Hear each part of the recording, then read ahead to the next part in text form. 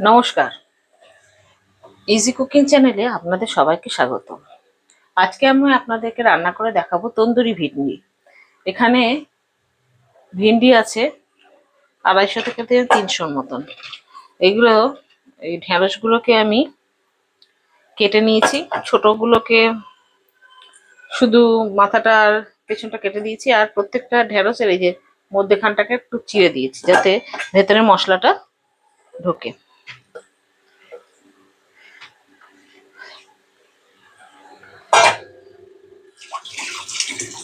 এবারে এই ঢেঁড়সের মধ্যে আমি দেব স্বাদ মতন নুন,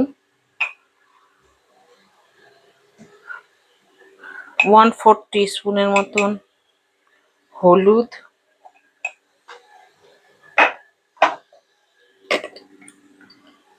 1 টিস্পুন লঙ্কার গুঁড়ো,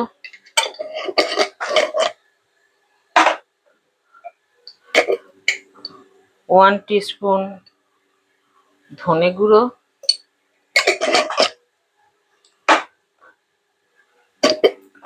1 টিস্পুন জিরে গুঁড়ো, আর এতে দেবো আমি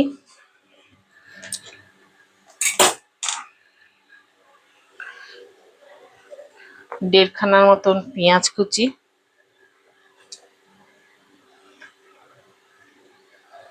3টে চেরা লঙ্কা, 2টো মাঝারি সাইজের টমেটো কুচি,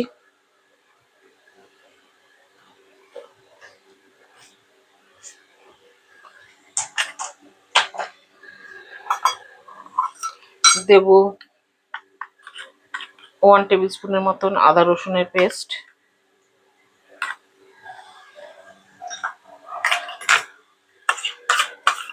দেব 2 টেবিল স্পুনের মতন টক দই,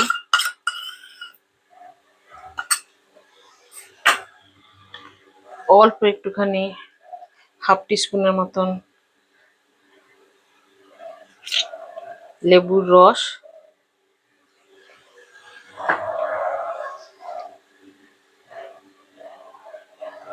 বিচি করে গেল,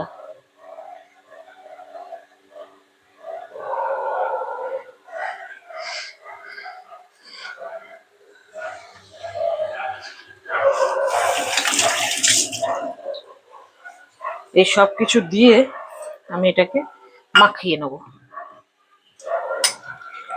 ভালো করে। আর দেবো এতে সর্ষের তেল।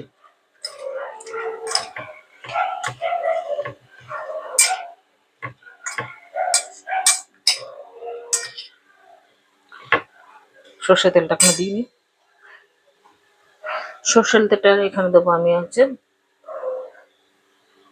এই 1.5 থেকে 2 টেবিল স্পুনের মতন।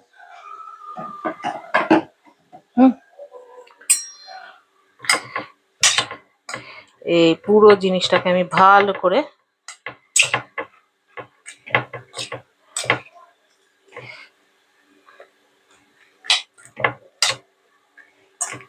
মাখিয়ে নেব।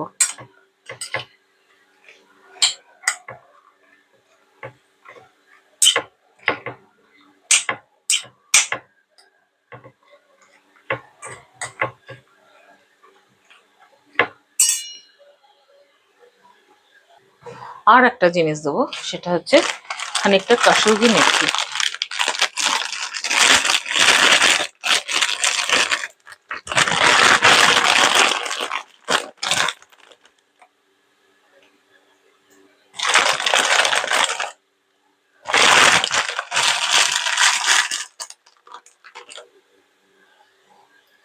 এই সবটাকে ভালো করে আমি মেখে নেব। এবার আমি এরপরে আরেকটা কাজ করব, সেটা আমি এখন দেখাচ্ছি আপনাদেরকে। আর একটা যে জিনিসটা দেবো সেটা হচ্ছে একটা কাঠকয়লাকে গরম করে নিয়েছি। এবার সেটাকে উপরে অল্প একটুখানি আমি ঘি দেবো। ঘি দিয়ে একটা থালা দিয়ে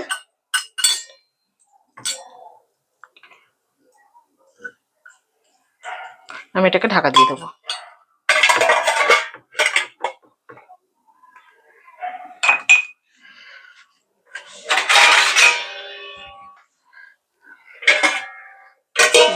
থালা দিয়ে এটাকে আমি চাপা দিয়ে দেবো। সরি, থালাটা ছোট হয়ে গেছিল।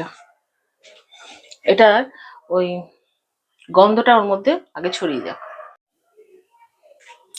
এটা 10 মিনিটের মতন এরকম রাখার পর খুলে নেবো।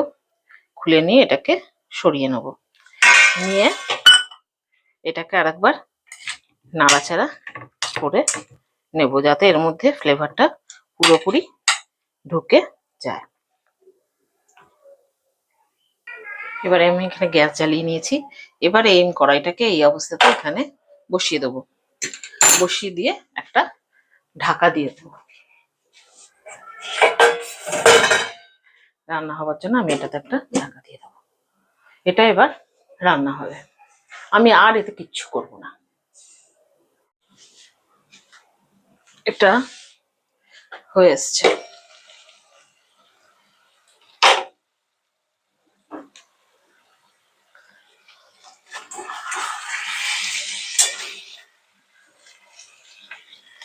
জলটা কেবল মরে গেলে এটা হয়ে যাবে।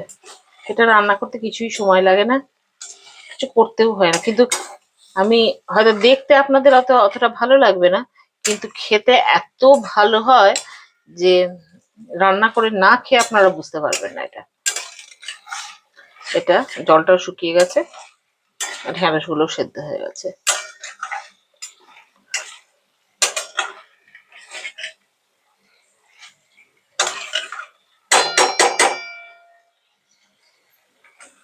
আমি গ্যাস নিভিয়ে দিলাম।